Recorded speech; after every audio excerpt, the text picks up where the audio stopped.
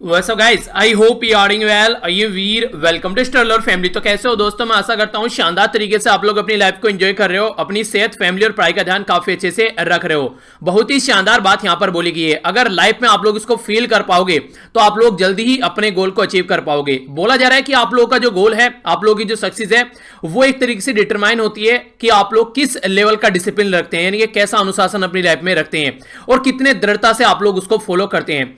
Basically होता क्या है, जैसे आप लोग किसी एग्जाम की प्रिपरेशन करते हैं, कोई काम लाइफ में करना स्टार्ट करते हैं, तो स्टार्टिंग में तो पूरा जोश आप लोगों के अंदर रहता है। एक एक पॉइंट पर आप लोगों को ये लगता है कि बस आज ही कर डाले सब कुछ, पर लेकिन जैसे जैसे चीजें आगे बढ़ना स्टार्ट होती हैं, वैसे वैसे आप लोगों के अंदर का जो डिसिप्लिन है वो खत्म होने लगता है, आप लोगों की जो दृढ़ता है वो कम होने लगती है। आप लोग फिर चीजों को इग्नोर करने लगते हैं और चलते चलते एक टाइम ऐसा आ जाता है कि आप लोग खुद भी पता नहीं चलता है कि आप लोगों ने कमिटमेंट क्या किया था, वो आप लोग भूल चुके होते हुए।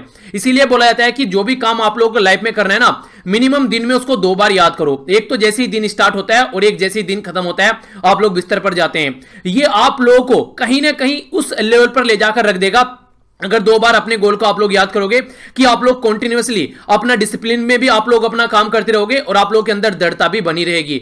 तो ये चीजें इंप्लीमेंट करिए, वरना आप लोग याद करिए 1 जनवरी जब आप लोगों ने रिजोल्यूशन लिया था कि हाँ इस साल में ये करना है, और कितने ऐसे लोग हैं उस रिजोल्यूशन को फॉलो कर पा रहे हैं। तो यहां से पता चल जाएगा कि किस तरीके से आप लोग अपने गोल को लेकर चल पा रहे हैं। चाहे वो कोई भी गोल क्यों ना हो, वो एक्सरसाइज भी हो सकता है, सुबह उठना भी हो सकता है, अपनी हेल्थ को सही करना हो सकता है, पढ़ाई हो सकता है, और भी बहुत सारी चीजें आप लोग यहां पर इसको बोल सकते हैं।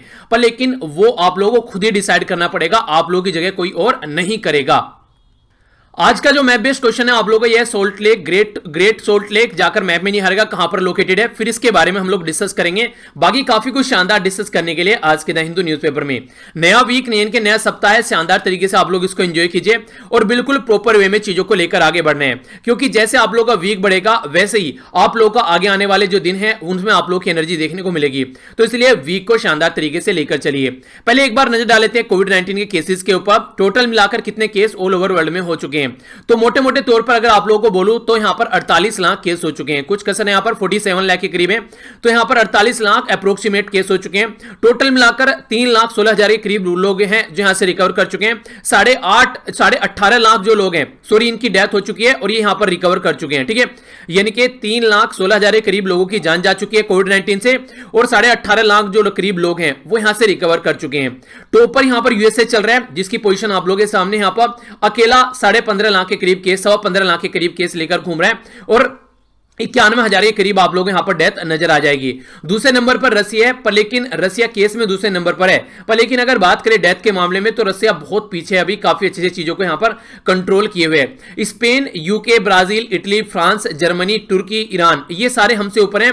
हम लोग यहां पर 11वें नंबर पर हैं, तो यानी कि 11 नंबर की टीम में हम लोग यहां पर 11वें नंबर पर हैं, पूरे 11 प्लेयर की टीम में, जो कि 95,000 के करीब केस हमारी कंट्री में हो चुके हैं। पेरू और यहां पर चाइना को कवर कर चुके हैं, जिसके बारे में भी आर्टिकल में भी आप लोगों को देखने को मिलेगा। सबसे जो बुरी कंडीशन देखने को मिल रही है ड्यूरिंग लॉकडाउन हमारी कंट्री में, लगभग 3,000 के करीब केस डेली देखने को मिल रहे हैं।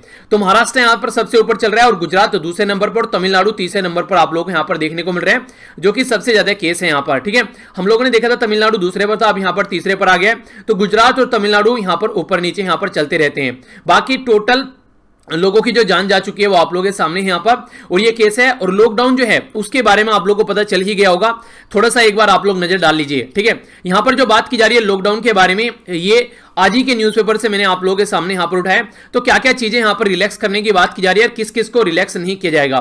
तो जिस तरीके से कुछ अलाउ किया जाएगा यहां पर, जैसे बस हो गया, ऑटो रिक्शा हो गया, कैब हो गया, ऑल शॉप जो भी यहां पर हैं उनको खोला जाएगा।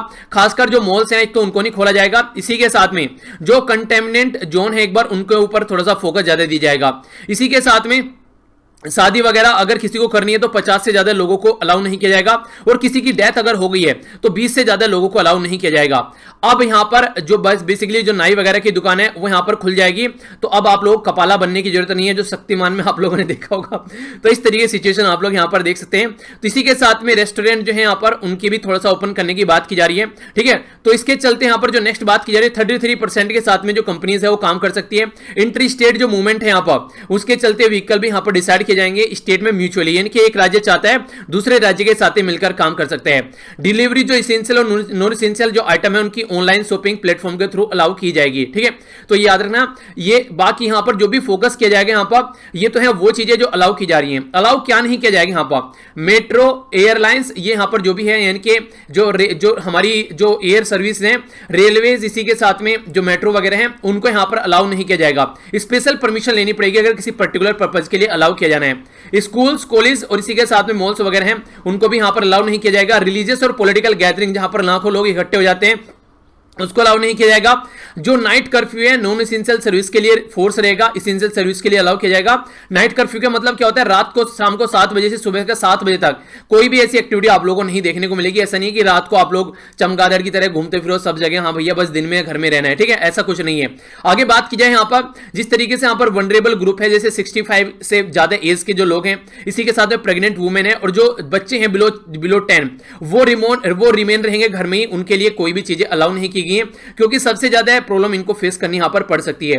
मास्क जो है वो कंपलसरी है पब्लिक प्लेस में, अगर कहीं भी आप लोग बाहर निकलते हैं। इसी के साथ में स्टेट डिसाइड कर सकता है जो जोन है, red zone, green zone, orange zone और कंटेमिनेटेड जोन, ठीक है, कि किसको यहां पर डिक्लिनेशन करना है। एक तरीके से ये पावर स्टेट को यहां पर दी गई है, यानी कि अच्छी बात आप लोग बोल सकते हैं, यहां पर स्टेट को भी यहां पर एक डेमोक्रेटिक, एक फेडरल सिस्टम में साथ में लेकर चला जा रहा है। इसी के साथ में डेट आप लोग याद रखिएगा, अब यहां पर मई के लास्ट दिन तक इसको एक्सटेंड कर दिया गया है और इसके चलते आगे देखने को मिलेगा सर्विसेज को कैसे लेकर चलना है। तो ये है इसके बारे में बेसिक इंफॉर्मेशन जो कि आप लोग आइडिया रख सकते हैं। ठीक है, आइए अब आर्टिकल्स के ऊपर नजर डालते हैं। ये कुछ बेसिक इंफॉर्मेशन थी, अब आर्टिकल देख लेते हैं कौन कौन से हम लोग को डिस्कस करने हैं। काफी इंपॉर्टेंट आर्टिकल है, इंडिया की क्या पोजीशन हो सकती है अफगानिस्तान के अंदर, उसके बारे में डिस्कस किया गया है, डिटेल में यहां पर समझेंगे। लॉकडाउन के चलते चलते भी केस बढ़ रहे हैं, उसके बारे में डिस्कस की जा रही है, तो इसके ऊपर हम लोग नजर डालेंगे। साइड वाला आर्टिकल जो यहां पर अभी पैकेज अनाउंस किए गए एग्रीकल्चर पर फोकस देने की बात की जा रही है उसके बारे में, तो इसके ऊपर भी हम लोग नजर डालेंगे। नेक्स्ट यहां पर ये जो आर्टिकल है फिर से लेबर लॉज के बारे में बात कर रहे हैं। जिस तरीके से मैंने आप लोगों से कई सारे आर्टिकल डिस्कस किए थे कि जैसे उत्तर प्रदेश गवर्नमेंट हो गई और भी कई सारी जो राज्य गवर्नमेंट हो गई, वो क्या कर रही है, बोल रही है कि लगभग 72 घंटे आप लोगों को काम करना है। 12-72 यानी कि 12 घंटे मिनिमम आप लोगों को काम करना है। अगर संडे का ऑफ आप लोग रखते हैं तो 72 घंटे काम करना पड़ेगा। पर लेकिन इसके बारे में कोई भी बात नहीं कर रहे हैं कि 8 घंटे के कंपेयर में 12 घंटे काम करना है तो क्या 4 घंटे की एक्स्ट्रा वेज दी जाएगी, नहीं, उसके बारे में कोई बात करने के लिए तैयार नहीं है।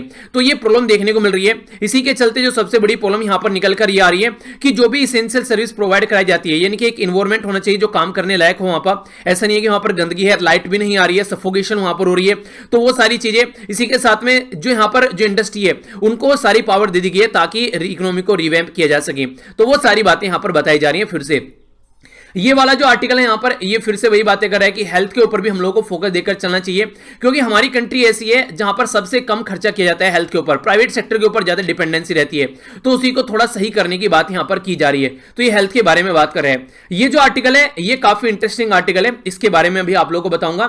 ये है यहां पर एक आर्टिकल जो कि मंडे को आता है, एडिटर को लेटर लिखते हैं, उनको रिप्लाई करते हैं, इंपॉर्टेंट नहीं है। ये यहां पर जो कार्टून है इसके बारे में जिक्र करेंगे, और ये जो केस है ये मैंने अभी आप लोगों को बताया, और कुछ आर्टिकल के अंदर भी इसके बारे में मैं आप लोगों से डिस्कस करूंगा।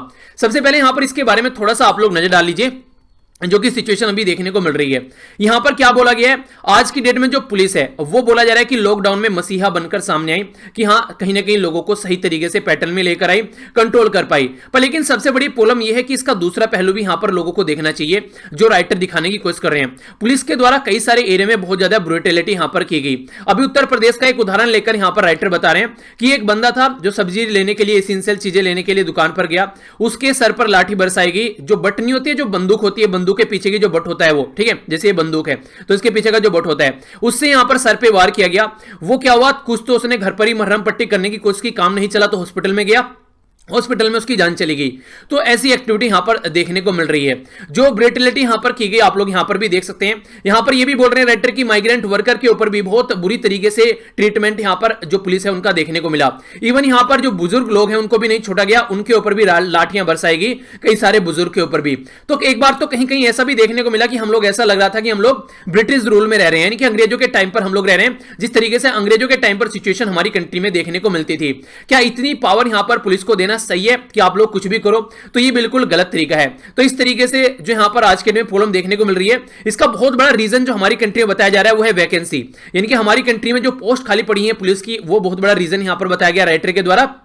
रीजन क्या है? देखिए, अगर आप लोग देखिए भीड़ ज्यादा इकट्ठी हो गई है और उसको कंट्रोल करने के लिए अगर पुलिस आप लोगों को लेकर आनी है, तो सीधा सीधा पर्पज यहां पर ये होगा कि अगर कम लोग होंगे तो उनको कंट्रोल नहीं कर पाएंगे। ठीक है, जैसे कि आप लोगों ने देखा साधुओं की हत्या की गई थी, जो बेसिकली अभी यहां पर महाराष्ट्र के अंदर आप लोगों को जो कंडीशन देखने को मिली, उसमें क्या था, पुलिस वहां पर कम पड़ गई, भीड़ वहां पर ज्यादा इकट्ठा हो गई, तो जो निर्दोष साधु थे उनकी वहां पर जान चलेगी। तो ये सिचुएशन आप लोगों को देखने को मिलती है, जो कि मॉब लिंचिंग का केस सामने निकल कर आता है। तो कहीं पर भी अगर ऐसी एक्टिविटी देखने को मिल रही है, तो एक तरीके से कहीं ना कहीं लॉ एंड ऑर्डर जो है वो ढंग से इंप्लीमेंट नहीं किया जा रहा है। और ये किसके अंदर आता है? ये हमारे कंट्री में अगर आप लोग बात करेंगे, हमारे संविधान में 7वें शेड्यूल में ये आप लोगों को स्टेट लिस्ट के अंदर देखने को मिलेगा। बाकी 3 लिस्ट होती है, सेंट्रल लिस्ट, स्टेट लिस्ट और कॉन्करेंट लिस्ट। तो स्टेट लिस्ट के अंदर आता है, तो स्टेट को यहां पर लॉ एंड ऑर्डर बनाकर चलना है। पर लेकिन सबसे बड़ी प्रॉब्लम क्या है, यूनाइटेड नेशन के द्वारा रिकमेंड किया जाता है कि पर लाख यानी कि 1 लाख लोगों के ऊपर कम से कम 222 के करीब पुलिस पर्सनल होने चाहिए। यानी कि अगर किसी एरिया में 1 लाख लोग रहते हैं तो उस एरिया में कम से कम 222 जो होने चाहिए वो पुलिस पर्सनल होने चाहिए। पर हमारी कंट्री में कितने? ओनली 100 हैं, यानी कि आधे से भी कम, जितना यूएन के द्वारा बोला गया है, यूनाइटेड नेशन। ये काफी इंपॉर्टेंट डेटा है, डायरेक्ट क्वेश्चन भी आप लोगों से इससे लीड एग्जाम में पूछा जा सकता है। और वैसे भी इंपॉर्टेंट है, अगर आप लोग जो लॉ एंड ऑर्डर के बारे में कुछ लिख रहे हैं, पुलिस रिफॉर्म के बारे में आप लोग कुछ लिख रहे हैं, तो वहां पर भी आप लोग इसको पॉइंट को यूज कर सकते हैं। ठीक है, तो काफी इंपॉर्टेंट पॉइंट आप लोग इसको बोल सकते हैं। तो यही बात इस आर्टिकल में बोली जा रही है कि पुलिस जो है उसको फैसिलिटी भी नहीं दी जाती है, और जब पावर दी जाती है तो ऐसे दी जाती है जैसे कि ऐसे लगता है कि ब्रिटिश रूल में रह रहे हैं। तो एक बैलेंस बनाकर जो चलना चाहिए वो बैलेंस कहीं ना कहीं गुम हो जाता है इस पर्टिकुलर ड्यूरेशन में। जब भी यहां पर कोई इस तरीके से, आप लोगों को पता है जैसे अभी कर्फ्यू लगा रखा है 7 बजे से और सुबह 7 बजे तक, तो इस टाइम पर पुलिस के हाथ में पूरी पावर रहती है, तो कोई चेक एंड बैलेंस करने वाला नहीं है। तो इस तरीके से कहीं ना कहीं कुछ ने चेक एंड बैलेंस तो यहां पर होना चाहिए कि किस तरीके से पुलिस यहां पर रिएक्ट कर रही है उस पर्टिकुलर ड्यूरेशन के अंदर में, क्योंकि मीडिया को भी ढंग से अलाउ नहीं किया जाता है। कई बार ऐसी कंडीशन आप लोगों को देखने को मिल रही है। यहां पर आप लोग देखिए, इनके औरतों के ऊपर लाठी बरसाई जा रही है, ये किस तरीके से यहां पर ट्रीटमेंट दिया जा रहा है। तो ये कई सारे ऐसे केस देखने को मिलते हैं कि ये पुलिस का दूसरा पहलू आप लोगों को यहां पर नजर आएगा कोविड-19 के ड्यूरेशन में। तो ये गलत तरीका है, ऐसे यहां पर बोलने की बात की गई है। नेक्स्ट यहां पर कार्टून है आप लोगों के सामने। कार्टून में जो बात की जा रही है आत्मनिर्भर भारत अभियान के बारे में। जो यहां पर कार्टून है वो दिखाने की बात करें कि आप आत्मनिर्भर भारत अभियान का मतलब ये बोला गया है कि अपने आप करो, यानी कि यहां पर कार्टून ये दिखाने की कोशिश करेगी गवर्नमेंट कुछ नहीं करेगी, सब कुछ आप लोगों को अपने आप ही करना पड़ेगा। ये है बेसिकली पैकेज। तो यहां पर कार्टून देखिए बेसिकली एक तरीके से चीजों को समझाने की कोशिश करते हैं अपने तरीके से, तो उसको आप लोग ऑफेंस में मत लिया कीजिए। कई सारे बच्चे जो होते हैं उसको ऑफेंस में ले जाते हैं। ठीक है, तो आइए अब यहां पर नेक्स्ट आर्टिकल की ओर चलते हैं। नेक्स्ट आर्टिकल काफी इंपॉर्टेंट है, थोड़ा सा डिटेल में मैं आप लोगों से डिस्कस करूंगा। ये जो बात की जा रही है अफगानिस्तान के बारे में बात की जा रही है। अफगानिस्तान को पहले आप लोग मैप पे निहारिए कि लोकेशन कहां पर है। ये है अपनी प्यारी कंट्री। यहां से अगर आप लोग अफगानिस्तान को देखेंगे तो ये हो गया अफगानिस्तान। अफगानिस्तान को अगर आसपास वाली कंट्री को आप लोग देखेंगे तो आप लोग यहां पर मैप देखिए, ये हो गया अफगानिस्तान, कैपिटल होगी इसकी काबुल। टच कौन करता है? तुर्कमेनिस्तान, उज्बेकिस्तान, तजाकिस्तान, ईरान और पाकिस्तान। और इसी के साथ में हमारी कंट्री भी यहां पर टच करती है, पर लेकिन कौन सा एरिया टच करता है? ये पाक ऑक्युपाइड वाला एरिया टच करता है। तो हमारी कंट्री भी अफगानिस्तान को यहां पर टच करती है। अफगानिस्तान की जो करेंसी है ये अफगानी, कैपिटल हो गई काबुल, और साउथ एशिया की ये कंट्री है और ये इसका फ्लैग हो गया। अब इसके बारे में थोड़ा सा आप लोगों से मैं बात करता हूं, आखिर राइटर बोल क्या रहे हैं। राइटर यहां पर ये बोल रहे हैं कि अभी रिसेंटली आप लोगों को पता है कि अफगानिस्तान से तालिबान को पावर देकर यूएसए जो है वहां से बाहर निकलने के चक्कर में है। रीजन सीधा सीधा ये है कि अभी नवंबर के महीने में 2020 में यूएसए में इलेक्शन है, और डोनाल्ड ट्रंप साहब के द्वारा पहले से ही यहां पर बोला गया था कि मैं यूएसए से बाहर निकल जाऊंगा आने वाले इलेक्शन से पहले, ताकि यहां पर अपनी जनता को किया गया प्रॉमिस उसको फॉलो कर सके। तो उसी के चलते शाम दाम दंड भेद लगाकर यहां पर यूएसए से बाहर निकलने की कोशिश ये लोग कर रहे हैं। तो ये काफी बड़ी बात आप लोग यहां पर बोल सकते हैं। अगर सबसे पहले मैं आप लोग यहां पर एक बात बताऊं, वो ये है कि हमारी कंट्री का जो रोल है आज के दिन में अफगानिस्तान के अंदर जो चल रहा है, बेसिकली यहां पर तालिबान से एक तरीके से जो यूएसए की जो एक तरीके से एस्टेब्लिशमेंट है वो बातें कर रहे हैं, किस किस को यहां पर लेकर चल रहा है। हमारी कंट्री बहुत कम रोल प्ले यहां पर कर रही है, तो उसी के बारे में सबसे ज्यादा बातें की जा रही है कि हमारी कंट्री को ऐसा नहीं है कि बस एक ही पर्टिकुलर पार्टी के साथ में बातें करनी चाहिए, तालिबान के साथ में बातें करनी चाहिए, अपोजिशन के साथ में बातें करनी चाहिए, पर हम लोग ऐसा नहीं कर रहे हैं, जो कि बहुत बड़ी गलती कर रहे हैं। अगर हम लोग ऐसा नहीं करेंगे कि हम लोग सबके साथ में बात नहीं करेंगे, तो ये हमारे ही पैरों पर कुल्हाड़ी लगने वाली बात हो जाएगी आने वाले टाइम पे। आखिर ऐसा क्यों बोला गया? ऐसा इसलिए बोला गया कि जब यहां पर आप लोग देखिए अभी रिसेंटली अफगानिस्तान के इलेक्शन हुए, तो दिसंबर 2019 में, तो हमारी कंट्री के जो प्राइम मिनिस्टर मोदी जी के द्वारा कांग्रेचुलेट किया गया अशरफ गनी को, वो भी उस टाइम पर कांग्रेचुलेट कर दिया गया सबसे पहले जब तक यहां पर प्रॉपर वे में इलेक्शन के रिजल्ट भी नहीं आए थे। यानी कि अभी यहां पर प्रिलिमिनरी रिजल्ट यहां पर शो कर रहे थे, कई सारी कंट्रीज पर बिल्कुल साइलेंस थी, उन्होंने कुछ नहीं बोला क्योंकि उनको पता था कि अफगानिस्तान की सिचुएशन कैसी है। सिचुएशन कैसी थी, यहां पर अशरफ गनी जीत कर आए, ठीक है, तो अशरफ गनी जो जीत कर आए यहां पर कहने के लिए, पर लेकिन दूसरी साइड में थे अब्दुल्ला साहब भी। तो यहां पर ये हो गया अब्दुल्ला अपोजिशन, जो कि एक तरीके से बोल सकते हैं, और ये अशरफ गनी। अब तक दोनों मिलकर गवर्नमेंट चला रहे थे, पर लेकिन जैसे 2019 के इलेक्शन हुए तो जैसे यहां पर रिजल्ट आए तो यहां पर रिजल्ट में इनको डिक्लेयर किया गया, पर लेकिन इन्होंने बोला कि मैं इस रिजल्ट को नहीं मानता हूं, घपला किया गया है यहां पर। तो इनके द्वारा भी प्रेसिडेंट की ओथ ले ली गई और इनके द्वारा भी प्रेसिडेंट की ओथ ले ली गई। तो अफगानिस्तान इकलौती ऐसी कंट्री है आज के में पूरे संसार में जहां पर दो प्रेसिडेंट आप लोगों को देखने को मिलेंगे। पर हमारी कंट्री के जो प्राइम मिनिस्टर मोदी जी हैं उन्होंने कांग्रेचुलेट किसको किया, उन्होंने किया अशरफ गनी को। अशरफ गनी को कांग्रेचुलेट किया यहां पर। तो ये कितने हद तक सही था, जब सब कंट्री यहां पर साइलेंट है तो हम लोग साइलेंट क्यों नहीं यहां पर रह पाए। तो ये बातें बोलने की कोशिश की है। अगर कांग्रेचुलेट करना ही था तो फिर दोनों को करना था कि दोनों मिलकर काम करो, इस तरीके की कोई दुहाई देनी थी। तो हम लोग जो एक पाले में हम लोग जो गेंद रखकर अपनी चल रहे हैं वो गलत है। वो नहीं कहते कि सारी जो गेंद है वो एक तरीके से आप लोगों ने सुना होगा कि सारे जो एग है वो एक ही बास्केट में रख दिया, पता चला टोकरी टूट गई तो सारे एग फूट गए यहां पर। अगर आप लोगों को ऐसा करना है तो आप लोगों को ये करना है कि अलग अलग बास्केट में अपने एग रखिए। ये बिल्कुल ऐसी है जैसे मैं आप लोगों को हमेशा बोलता हूं, कहीं बाहर आप लोग जा रहे हैं तो कभी भी पैसे अपने एक जगह पर्स में मत रखिए, एक पॉकेट में मत रखिए, दो तीन जगह अपने पैसे रखिए। अगर कहीं आप लोगों का बैग चोरी हो जाए, पर्स चोरी हो जाए या कोई आप लोगों की पॉकेट मार ले, उस टाइम पर कम से कम इतना पैसा तो आप लोगों के पास में हो ना कि आप लोग घर तक पहुंच सके। तो ये चीजें आप लोगों को यहां पर देखने को मिल जाएगी। तो इस तरीके से आप लोग अपने आप को एक सही पैटर्न में लेकर चल पाएंगे। तो यही हम लोगों को कंट्री के लेवल पर करना है। जब यहां पर दो प्रेसिडेंट आज के डेट में हो गए तो हम लोग को चुप रहना था, क्योंकि आगे चलकर पता नहीं किसके हाथ में पावर आ जाए। तो अगर हम लोग एक के इस तरीके से एक को विश करेंगे तो कहीं ना कहीं हमारी कंट्री के लिए भी खतरा हो जाएगा। अब सबसे बड़ी बात क्या बोली गई, ये बोली गई कि यूनाइटेड नेशन यानी कि जो यूएन है, यूएन के द्वारा, अच्छा यूनाइटेड नेशन के अंदर कितने मेंबर हैं आज की डेट में, तो ये कम से कम आप लोगों को पता होना चाहिए। बताइए, ये भी आप लोगों को मैंने जो न्यूज जर्नलिस्ट वाली वीडियो आती है उसमें भी बताया था। तो ये आप लोगों को रिवीजन करते रहना है, ठीक है।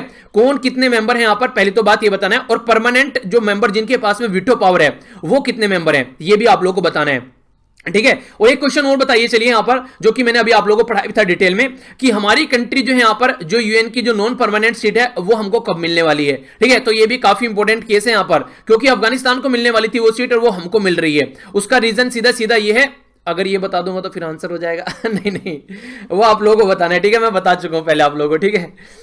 रीजन वैसे चलिए बता देता हूं, हमारी कंट्री की 75वीं एनिवर्सरी सेलिब्रेट की जानी है, सालगिरह हमारी जो आजादी की है, ठीक है। तो उसके चलते ये सीट दी जा रही है। तो कब से कब तक है, चलिए अब बताइए। अब आप लोगों को अप्रोक्सीमेशन मिल गया कि हाँ 2022 के आसपास में है, तो कब है वो आप लोगों को बतानी है, ठीक है। आगे चलते हैं। अभी यहां पर जो यूएन के द्वारा एक मीटिंग कंडक्ट की गई, उसमें किस किस को बुलाया गया, उसमें अफगानिस्तान को बुलाया गया, चाइना, पाकिस्तान को भी बुलाया गया, ईरान को भी बुलाया गया, तुर्कमेनिस्तान, उज्बेकिस्तान और तजाकिस्तान, ये कंट्री थी जिनको यहां पर बुलाया गया। इवन जो यूनाइटेड स्टेट और रशिया को भी बुलाया गया, जो कि इसके साथ में बॉर्डर टच नहीं करते हैं, और गनी गवर्नमेंट को भी अलग से यहां पर इनवाइट किया गया, ये यूनाइटेड नेशन के अंदर में। आप लोग यहां पर देख सकते हैं कि इंडिया का यहां पर कोई भी जिक्र नहीं किया गया है। सबसे बड़ी बात जो राइटर बोल रहे हैं वो ये बोल रहे हैं कि हम लोग घनी के पीछे पड़ रहे थे, घनी है घनी वो। घनी ने भी यहां पर जाकर वहां पर पार्टिसिपेट किया, पर लेकिन उसने ये नहीं बोला कि यहां पर कंडीशन रख सकता कि इंडिया को भी यहां पर इंक्लूड किया जाए, पर लेकिन कोई ऐसी कंडीशन देखने को नहीं मिली। पहली बात सबसे इंपॉर्टेंट ये है, रीजन इसका कहीं ना कहीं ये भी है कि जब यहां पर एक काफी लंबे समय तक जब यहां पर रूल रहा, जिस टाइम पर तालिबान भी यहां पर एक तरीके से इंडिया का अगर मेन आप लोग देखेंगे ना, कभी एक तरीके से प्रॉपर ऐसा रोल नहीं रहा है कि यहां पर एक तरीके से जो तालिबान भी यहां पर चल रहा है, अफगानिस्तान भी चल रहा है, उनके बीच में कहीं मीडिएशन करा सके, बात करके शांति करा सके यहां पर। तो इस तरीके से कहीं रोल रहा नहीं है। यूएसए का देखो तो यूएसए यहां पर जो एंट्री किया था, ये आप लोग देखिए एक बार, यूएसए के द्वारा 2001 में एंट्री की गई थी। जब 2001 में एंट्री की गई तो उस टाइम पर जॉर्ज डब्ल्यू बुश थे यहां पर प्रेसिडेंट, फिर आगे चलकर बराक ओबामा आ गए 2009 में, और फिर आगे चलकर यहां पर डोनाल्ड ट्रंप आ गए।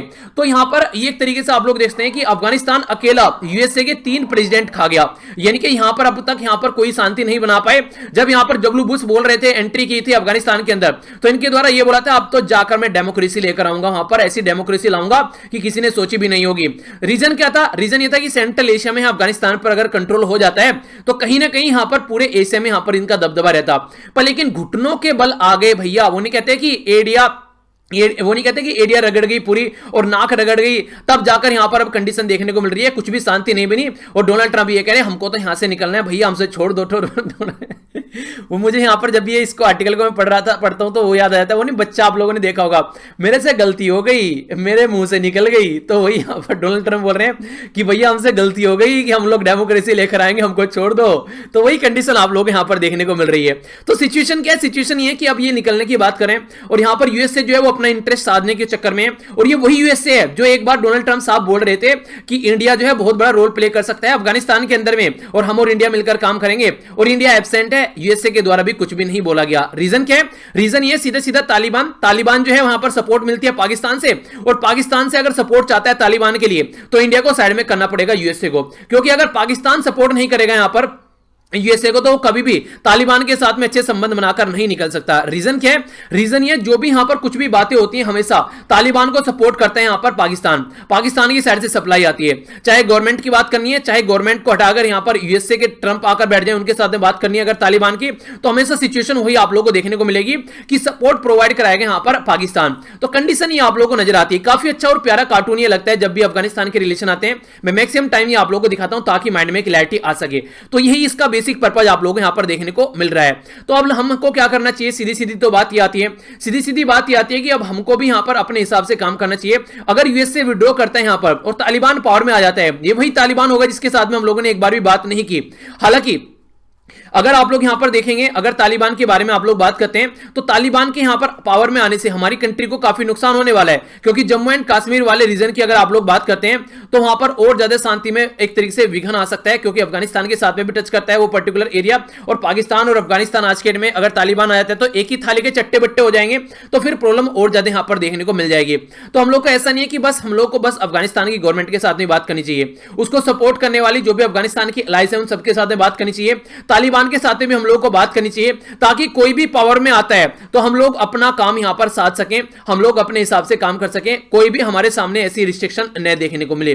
तो ये सारी बात यहां पर बताने की कोशिश की जा रही है राइटर के द्वारा।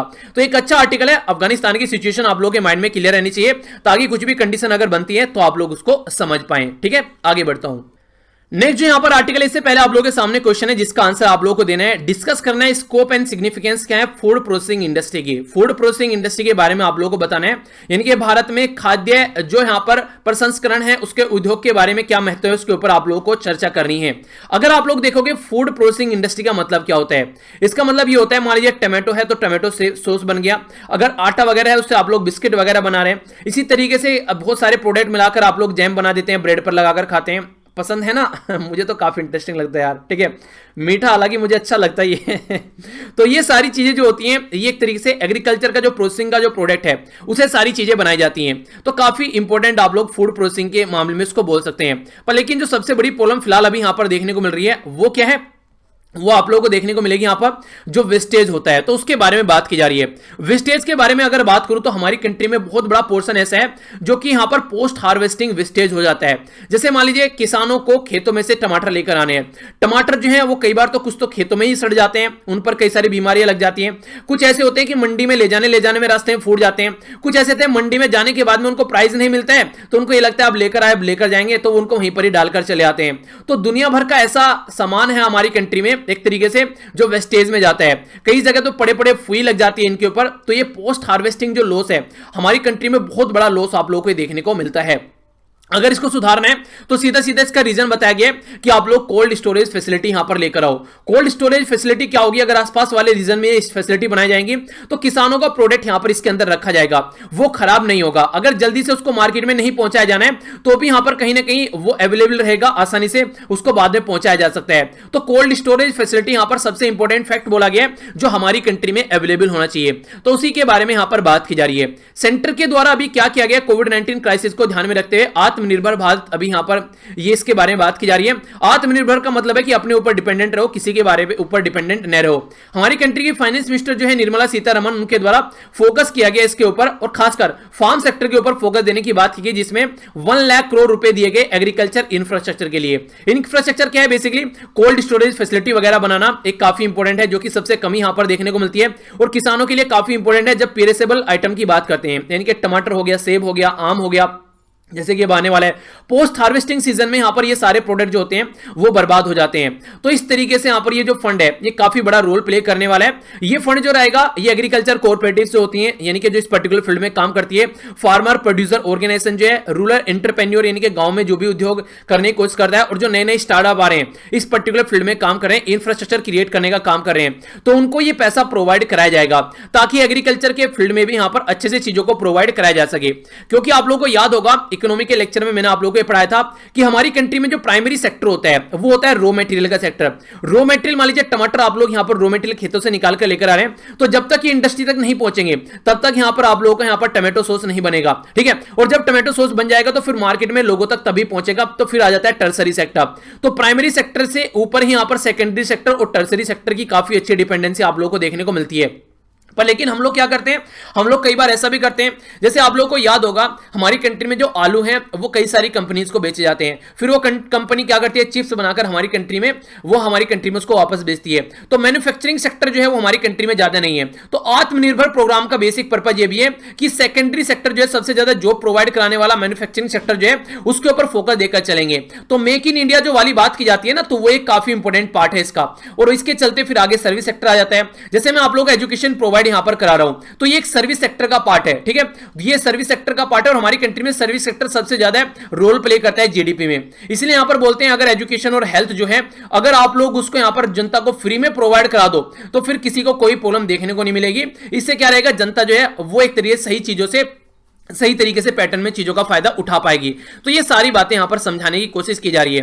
मिनिस्ट्री के द्वारा यहां पर अनवील किया गया 10,000 करोड़ जो है वो स्कीम प्रमोट करने के लिए formalisation of micro food enterprise, यानी कि जो फूड एंटरप्राइज है उनको एक तरीके से फॉर्मलाइज करने की बात की जा रही है। नॉर्मली क्या होता है, इनफॉर्मल सेक्टर में नॉर्मली काम देखने को मिलते हैं, जैसे कि मान लीजिए कोल्लू के अंदर में जो गुड़ बनाया जाता है, ठीक है, तो एक तरीके से उसके बारे में कोई ज्यादा इंफॉर्मेशन होती नहीं है, हाँ लोकल एरिया में काम कर रहे हैं, तो अगर उसको प्रॉपर वे में फॉर्मलाइजेशन के प्रोसीजर में लाया जाए तो काफी इंपॉर्टेंट रहेगा। अनऑर्गेनाइज सेक्टर जो है उसको ऑर्गेनाइज स्टैंडर्ड में लाया जाए, ठीक है, ताकि यहां पर सर्टिफिकेशन वगैरह दिया जाए, उनकी एक ब्रांड वैल्यू हो। आप लोग ये समझिए, मान लीजिए आज की डेट में मैं कोई एक छोटा सा एक कोल्लू लगाता हूं, ठीक है, कोल्लू होता है जहां से आप लोग गुड़ वगैरह बनाते हैं, गुड़, ठीक है ना, शुगर कैन लगाते हैं, ठीक है, वही जो मैं खेतों में बो रहा था जो मैंने आप लोगों को पिक्चर में देखा, मतलब वो पिक्चर जो है वो इतनी ज्यादा पसंद की गई आप लोगों के द्वारा, यानी कि कहने का मतलब ये है कि कई सारे बच्चे बोले सर किसान बनकर काफी क्यूट लग रहे हो। मुझे लगा, मैंने कहा अब तो ऐसा है कि पढ़ाना छोड़ के ना खेती करना स्टार्ट करता हूँ, ठीक है।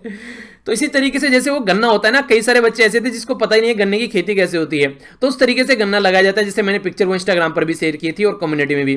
तो वहां से क्या होता है, फिर वो गन्ना बड़ा होता है, तो फिर मान लीजिए मैं आज के में से खेत है हमारे पास में, ठीक है, तो हम उसमें गन्ना लगा रहे हैं। गन्ना लगाने के बाद में मान लीजिए कोल्लू लगा लिया, तो कोल्लू लगा लिया और कोल्लू लगाने के बाद में वहां से हम लोग गुड़ बनाकर लेकर आते हैं और उस पर मैं ब्रांड लिख दूं कि ये एसएलवी ब्रांड का गुड़ है, ठीक है, और वो एक तरीका ब्रांड बन जाए, यानी कि एसएलवी की वैल्यू हो कि हाँ इसमें क्वालिटी देखने को मिलेगी, ठीक है, भले ही सस्ता प्रोवाइड कराऊं, मान लीजिए मार्केट में वहां पर वो आप लोगों को अगर 50 रुपए केजी मिल रहा है तो मान लीजिए मैं उसको 10 रुपए केजी दूं भले आप लोगों को, पर लेकिन सस्ता होगा, पर लेकिन ब्रांड आप लोगों को देखने को मिले कि भैया सस्ता भी है और एक तरीके से अच्छा भी प्रोडक्ट यहां पर देखने को मिलता है। तो उससे क्या होगा, कोई भी बोलेगा तो सजेस्ट ये करेगा कि यार एसएलवी का आप लोग गुड़ खरीदो।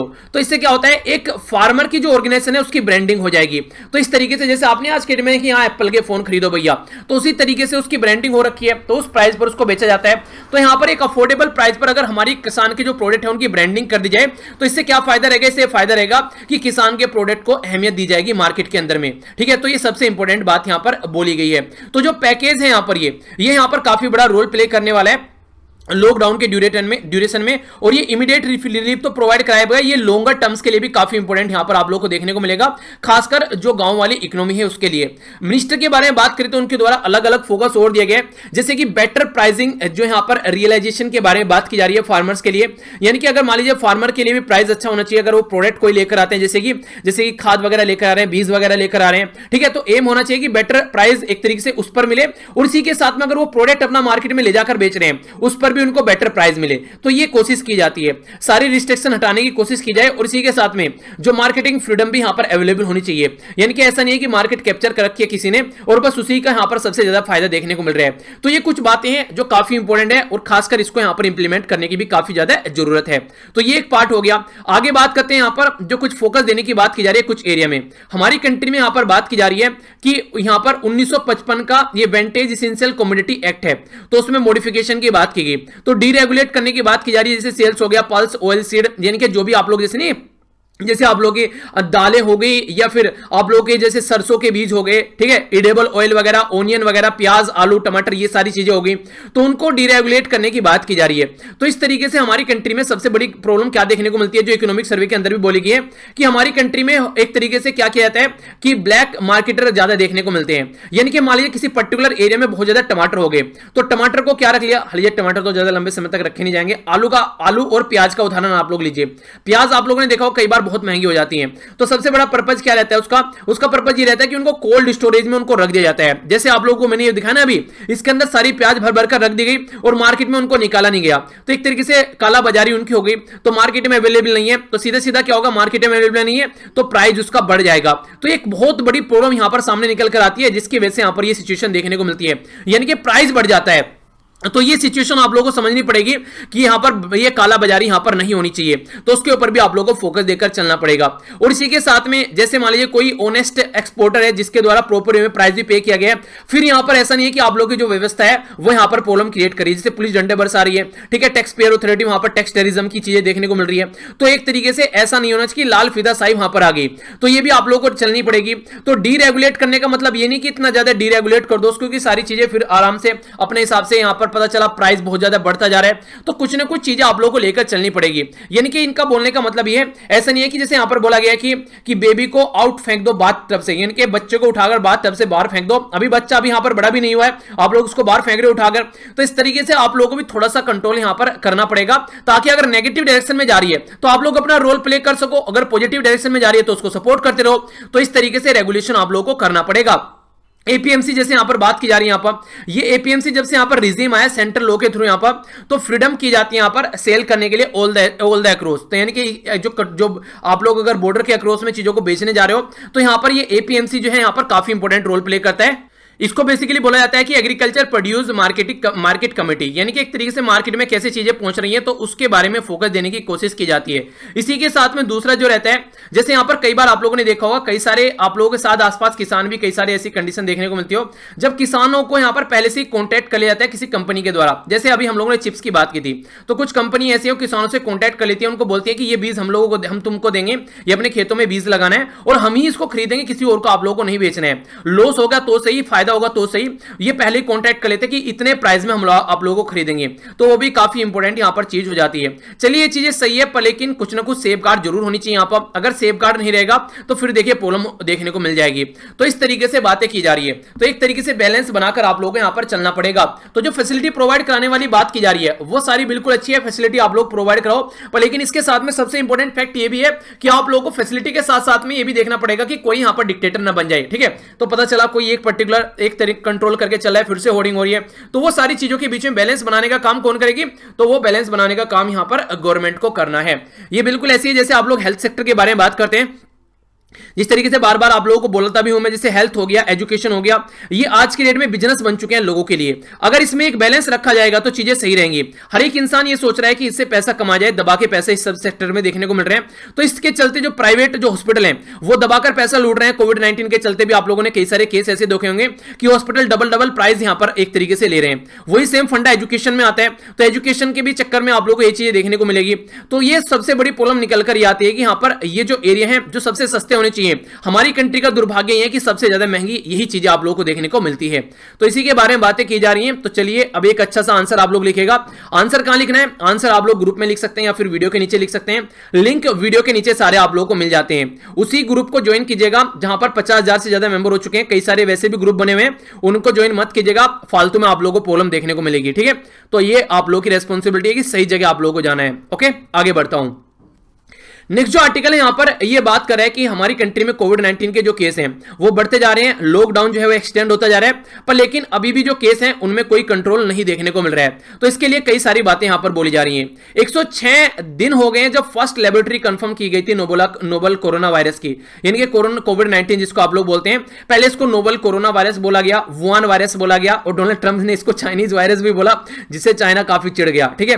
तो ये सारी चीजें आप लोगों को देखने को मिली।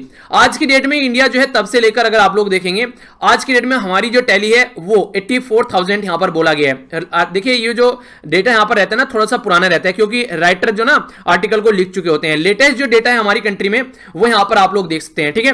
तो यहां पर जो केस बोले गए वो कितने बोले गए, 84 बोले गए, पर हमारी कंट्री में जो केस आ चुके हैं वो कितने आ चुके हैं, यहां पर ये 95 के करीब आप लोग यहां पर देख सकते हैं।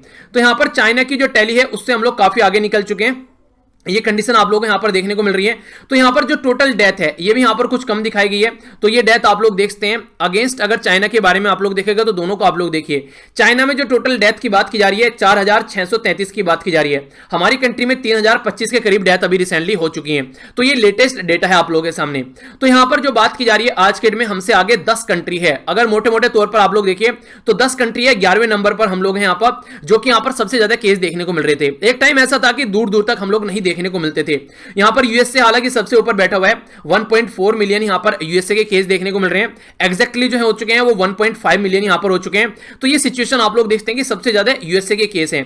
अगर इस तरीके से आप लोग यहां पर देखते हैं तो बहुत सारे फ्रेश केस और फ्रेश डेथ कंटिन्यूअसली आप लोगों को देखने को मिल रही है।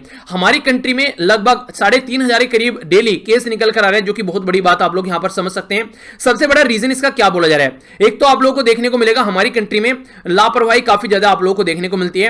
खासकर गवर्नमेंट के द्वारा भी लापरवाही की गई, लॉकडाउन पे लॉकडाउन चल रहे हैं पर लेकिन अब तक लॉकडाउन को इफिशिएंटली यूटिलाइज नहीं किया गया। पहली तो बात ये बोल रहे राइटर। दूसरा क्या बोल रहे हैं कि लॉकडाउन का पीरियड यूटिलाइज नहीं किया गया, जो टेस्ट की फैसिलिटी थी वो बढ़ाई जा सकती थी, आइसोलेट किया गया था लोगों को। वो सारी कंट्री में जो राज्य हैं अलग अलग, उनके द्वारा अलग अलग फैसिलिटी है।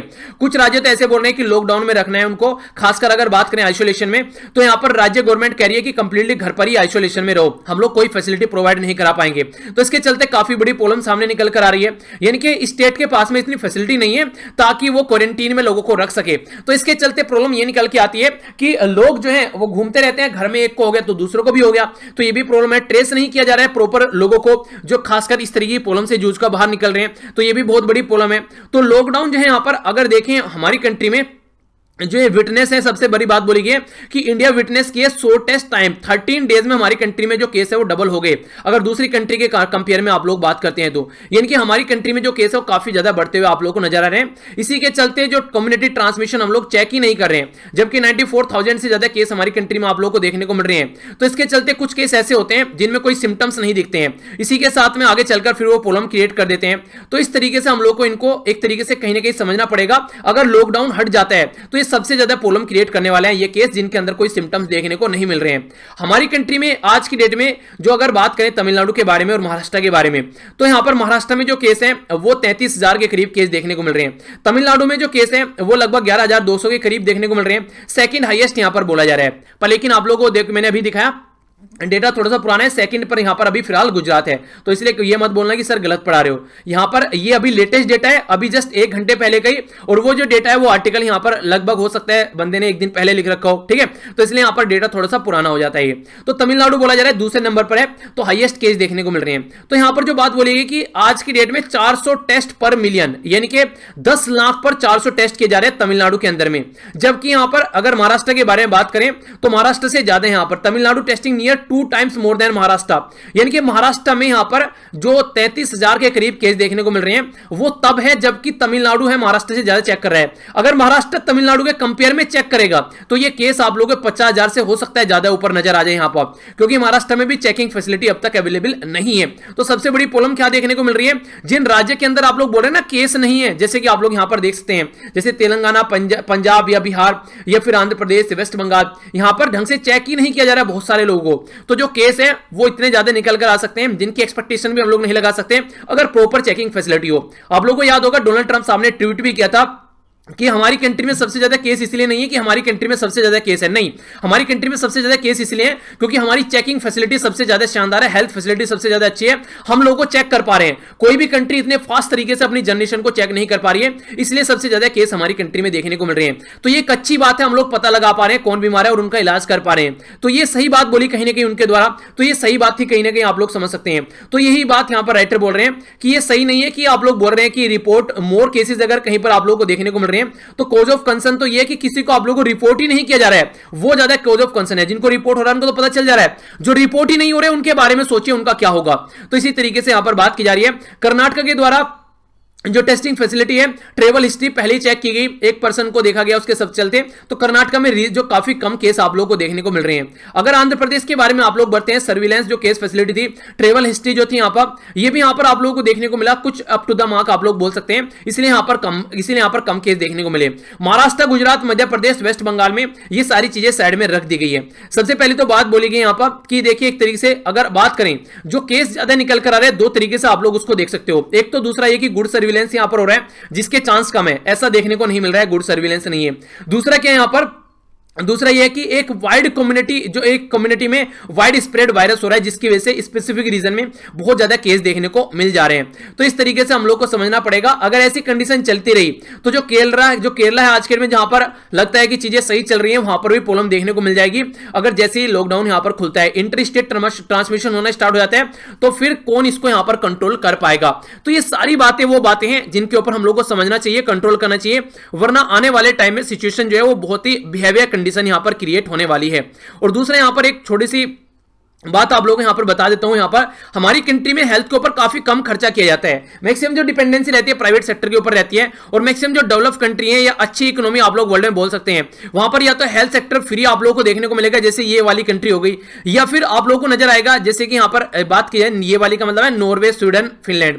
अभी मुझे याद आ रहा था, मैं आप लोगों के कमेंट पढ़ रहा था, तो एक बच्चे के द्वारा बोला गया कि सर कई बार मैप में आप बोल देते हो कि ये वाला पोर्शन हो गया या फिर ये वाला पोर्शन हो गया, सर प्लीज उसका नाम लिया करो। उसका कोई दोस्त था जिसको दिखाई नहीं देता, वो लेक्चर सुनता है।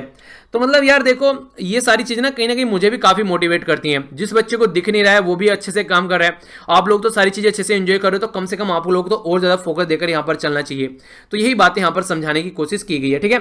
तो यहां पर बोला जा रहा है हेल्थ के ऊपर अच्छे से खर्चा करो, जिसके ऊपर सिचुएशन को सुधारा जा सके, इंफ्रास्ट्रक्चर क्रिएट करो, प्राइवेट के ऊपर ज्यादा डिपेंडेंसी मत रखो, ताकि हम लोग इस प्रॉब्लम का सोल्यूशन निकाल सकें या फिर उसके ऊपर फोकस देकर चल सकें।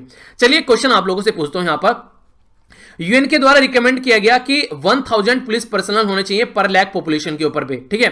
हमारी कंट्री में मोस्ट ऑफ द स्टेट के अंदर कितने हैं, ये 10 पुलिस पर्सनल है पर लाख पॉपुलेशन के अंदर। तो कौन सी स्टेटमेंट करेक्ट है ये बताना है। 1 only, 2 only, both only, neither one, no two. तो सही आंसर क्या है, थोड़ी देर पहले ही पढ़ाया, आंसर देना चाहिए कम से कम मेरे हिसाब से तो आप लोगों से। अगर सही नहीं दे रहा है तो इसका मतलब सही नहीं सुन रहे हो। आंसर क्या है, आंसर है डी, दोनों गलत है, क्योंकि यहां पर 1000 नहीं है, यहां पर 222 पर्सनल होने चाहिए 1 लाख के ऊपर लोगों के, यानी कि अगर किसी एरिया में 1 लाख लोग हैं तो 222 पुलिस वाले वहां पर होने चाहिए। हमारी कंट्री में क्या है, 100 या फिर उससे भी कम आप लोगों को देखने को मिल जाते हैं। इसी की वजह से फिर यहां पर ये ब्रूटलिटी देखने को मिलती है, कई सारे लोगों की जान तक चली जाती है। तो ये सिचुएशन फिर यहां पर निकल कर आती है, ठीक है। तो ये है इसके बारे में ये बातें की जा रही है। तो ये था आज का डिस्कशन लेक्चर। अगर आप लोगों को पसंद आता है तो ही आप लोगों को लाइक और शेयर करना है, अगर पसंद नहीं आता तो लाइक भी नहीं करना है और शेयर भी नहीं करना है, ठीक है। कई सारे बच्चे हैं जो इसको कई जगह शेयर करते हैं, उनका सबका डेटा आ जाता है इकट्ठा होकर यूट्यूब के अंदर भी, और इसी के साथ में फेसबुक पर शेयर करते हैं, तो वहां पर भी काफी अच्छा लगता है जब आप लोग इस तरीके से सपोर्ट करते हो, शेयर करते हो। यही एक ऐसी चीज है जो कि आप लोग यहां पर एक अच्छे से इसको बढ़ा सकते हो, और इसके लिए आप लोग मतलब एक तरीके से वो नहीं होता कि आप लोग मुझे सपोर्ट कर सकते हो। तो चीजों को शेयर करो अगर आप लोग जितना भी सपोर्ट करना चाहते हो, और ज्यादा से ज्यादा बच्चों को खुद भी पढ़ाओ अगर आप लोग पढ़ा सकते हो तो, ठीक है। ये काम आप लोग को करना है। पीडीएफ सारी एक जगह इकट्ठी आप लोगों को मिल जाती है। बाकी मेरे साथ आप लोग इंस्टाग्राम पर, टेलीग्राम पर या फिर फेसबुक और ट्विटर पर आप लोग कनेक्ट रह सकते हैं। सारे लिंक वीडियो के नीचे मिल जाते हैं। आंसर राइटिंग का भी जो लिंक है वो वीडियो के नीचे डिस्क्रिप्शन बॉक्स में आप लोगों को मिल जाएगा, या फिर टेलीग्राम पर भी सारी चीजें मैं शेयर करता रहता हूं। तो इस तरीके से आप लोग यहां पर पार्ट बन सकते हैं। तो मिलता हूं नेक्स्ट लेक्चर में। आई होप कि आप लोगों ने अच्छे से एंजॉय किया होगा। तो नया वीक है, अच्छे से इसको यूटिलाइज कीजिए। तो मिलता हूं नेक्स्ट लेक्चर में। बड़ों को नमस्ते, छोटों को प्यार, छोटी सी लाइफ एंजॉय करो यार। तब तक के लिए जय हिंद।